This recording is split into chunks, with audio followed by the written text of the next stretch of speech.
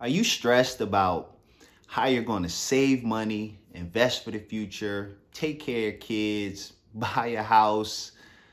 Just travel, enjoy all the things that you want to do in life. And for some of us, we might even have to take care of our parents. And so that's just a lot on our shoulders. Well, if you're feeling like this, in this video, I'm going to tell you exactly how to plan for and manage multiple financial goals. So stay tuned. What's up, good people? I'm Zay, and this is First Generational Wealth Building, where we focus on breaking generational curses and building wealth. And last year in 2019, my wife and I, we paid off $32,000 in debt. We saved an additional $12,000 in our emergency fund. We cash flowed our wedding. And not only did we cash flow our wedding, we also saved for the down payment on our house. So we did a lot. So I totally understand what it takes to plan for and manage multiple financial goals. And so today, I'm going to give you guys the framework we use to help us achieve all of those goals, and you can use it to do the same with your financial goals. Now, before we jump into the video, you guys know I need y'all to like this video as well as subscribe to my channel so we can get this information to other first generational wealth builders like ourselves. And now let's jump into the video.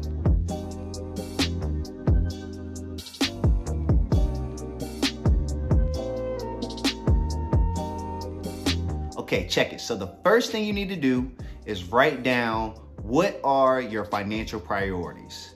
So think about it. Depending where you are financially, there could be a number of things. It could be saving for an emergency fund. It could be paying down debt.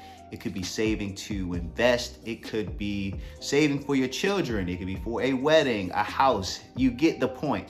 There are a lot of priorities that we have, and so you need to write all of them down. Yes, write them all down. It doesn't need to be in any particular order, but you do need to write down what are all of those priorities that you have, long-term, short-term, in the middle. Write them all down on a sheet of paper. Now, if you need to pause this video to do that, take a second, pause it here, and write down what are all of your financial priorities.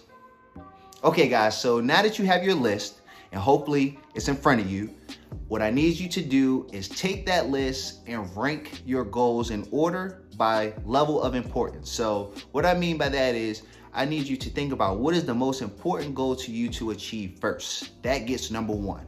And then what's the second goal? That would be number two.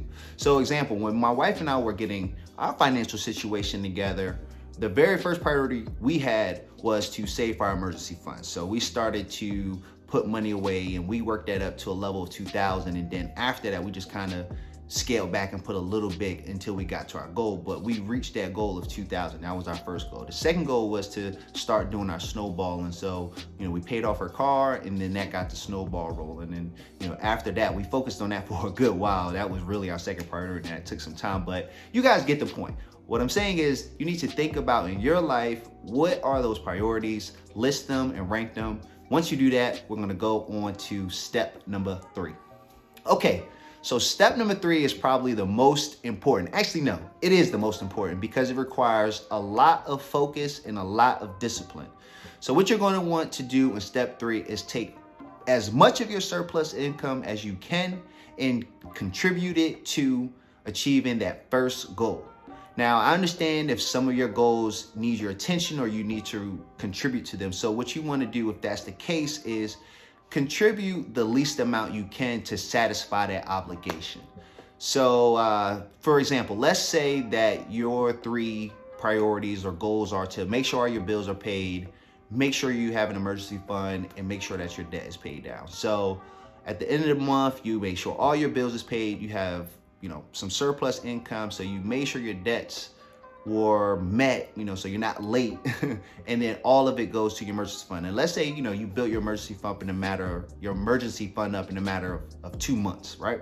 And something happens. Well, now you have that emergency fund to fall back on and you don't have to go into more debt. Yes, it sucks you have to deplete that cash, but that's what it's there for. Let's say you did the opposite, which means you kind of split your funds up. You made sure your bills was paid, but you put half and half and something happens, right? Well, now your whole emergency fund is gone because it was only halfway built and that's wiped out. And you might have to use some debt to cover the rest. So you're back at ground zero.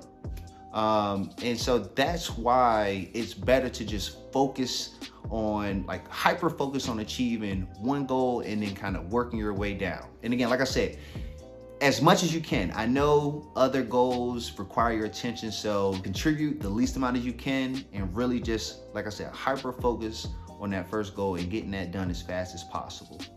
Also, here's a good tip, right? So this is the last thing you actually want to do. So if you actually are going to be contributing to multiple financial goals, consider getting different bank accounts, or go with a bank like Ally where you can set up an online savings account, and they have this thing called managing buckets, and you can create different buckets and direct money into those buckets. And so that's a pretty cool feature.